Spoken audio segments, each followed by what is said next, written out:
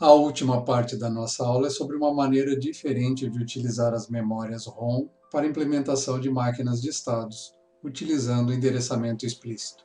Neste método, a memória ROM é substituída por uma com menos endereços, mas com palavras maiores.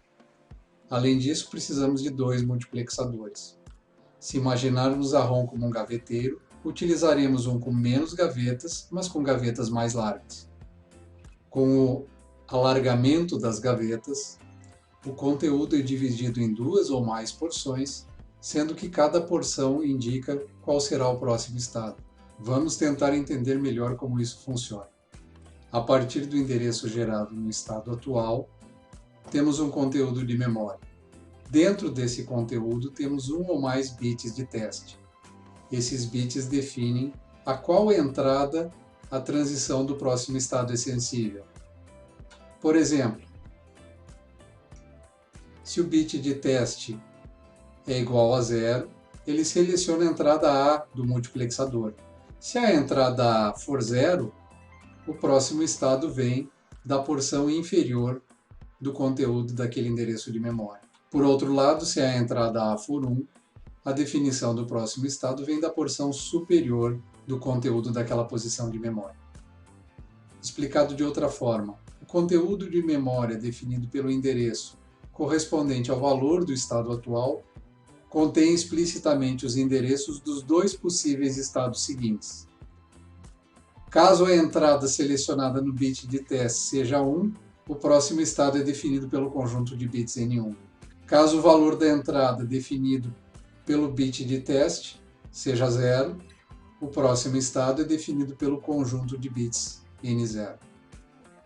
Neste exemplo de implementação, temos uma máquina de até 4 estados, porque temos um registrador de 2 bits, S0 e S1. O sistema possui duas saídas, assim temos que reservar 2 bits no tamanho da palavra para as saídas X e Y. Precisamos de mais 4 bits para definir o endereço do próximo estado, caso a entrada selecionada seja 0. E mais 2 bits caso a entrada selecionada tenha valor 1. E nesse caso, o bit mais significativo, o bit de teste, define a qual entrada a próxima transição de estado será sensível. A compreensão desse esquema de endereçamento provavelmente fique mais fácil se conseguirmos acompanhar uma máquina de estados em funcionamento. A máquina de estados do exemplo tem 3 estados, A, B e C, codificados como 00, 01 e 10. O quarto possível estado não é utilizado. No estado 00 temos as saídas x e y iguais a 0. No estado 01 temos x e y iguais a 10. E no estado C temos x e y igual a 01. Observem que o que define a transição do estado A é a entrada I1. Assim, o conteúdo de memória correspondente ao endereço 0, o primeiro bit de teste, é 1, fazendo com que o multiplexador selecione a entrada I1. Se o conteúdo da entrada I1 for igual a 0, o próximo endereço será procurado no conjunto de bits, identificado como N0. E o conteúdo desses bits deve ser 01, porque o próximo estado é B, 01. Por outro lado, se o conteúdo da entrada I1 for igual a 1, o próximo estado é procurado no conjunto de bits N1. E pelo diagrama de estados, vemos que o próximo estado deve ser C, 10. No estado B, 01, o conteúdo do bit de testes é indiferente, tanto faz testar a entrada I0 ou I1, justamente porque só existe uma possibilidade de próximo estado a partir de B, que é A, 00. Assim, os conteúdos dos conjuntos de bits N1 e N0 são iguais, 00, ambos enviando para A.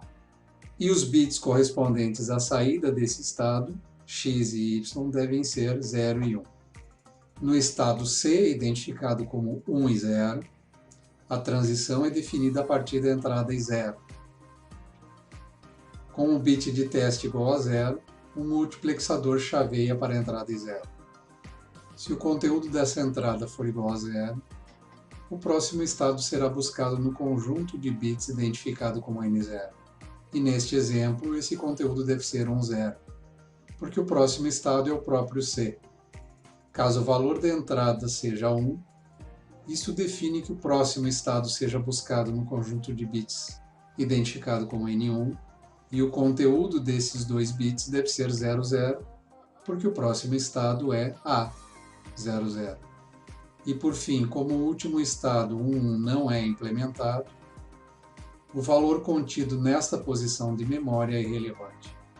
Na implementação final, o conteúdo da ROM é obtido pela substituição dos valores irrelevantes na tabela de transição de estados.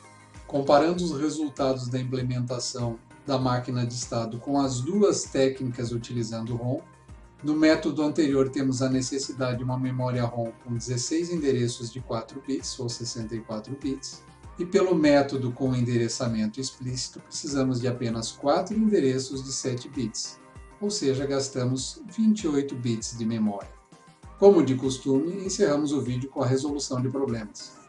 O problema 11.3 pede para considerar o diagrama de estados abaixo, que representa uma máquina de estados de 4 entradas, W, X, Y e Z, e 2 saídas, P e Q.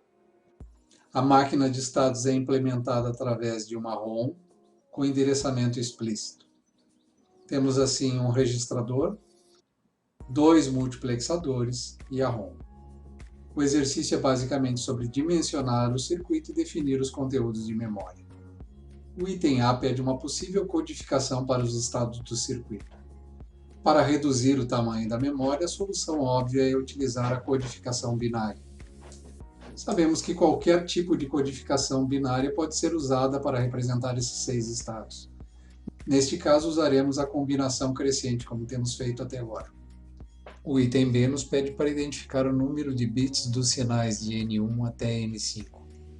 N1 é o conjunto de endereços e define o número de estados. Temos 6 estados, que são definidos justamente pela codificação escolhida no item A. Ou seja, N1 tem 3 bits. N2 e N3 definem o próximo estado. Se o registrador tem 3 bits, N2 e N3 devem ter também ambos 3 bits. N4 comanda a entrada de seleção do multiplexador.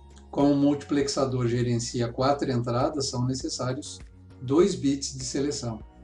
E como sabemos, o papel do multiplexador é selecionar uma das entradas e levar até a saída. Isso significa que N5 tem 1 bit. E o item C da questão pede para determinar o conteúdo da fração de ROM responsável por implementar as transições do diagrama de estados que saem do estado A, pedindo o endereço e o valor correspondente das posições de memória. Ao estado A, atribuímos o endereço 000. Como vimos no item C, N1 o endereço corresponde a 3 bits. Os conteúdos devem ter 2 bits de saída, Q e P, uma porção N2 de 3 bits, uma porção N3 também de 3 bits, e o N4 de 2 bits para a seleção das entradas. No nosso exemplo, o estado A foi codificado como 000. Nesse estado, a saída é 10, Q e P iguais a 10. A transição a partir do estado A é definida pela entrada W, que corresponde a 00 na seleção do MUX.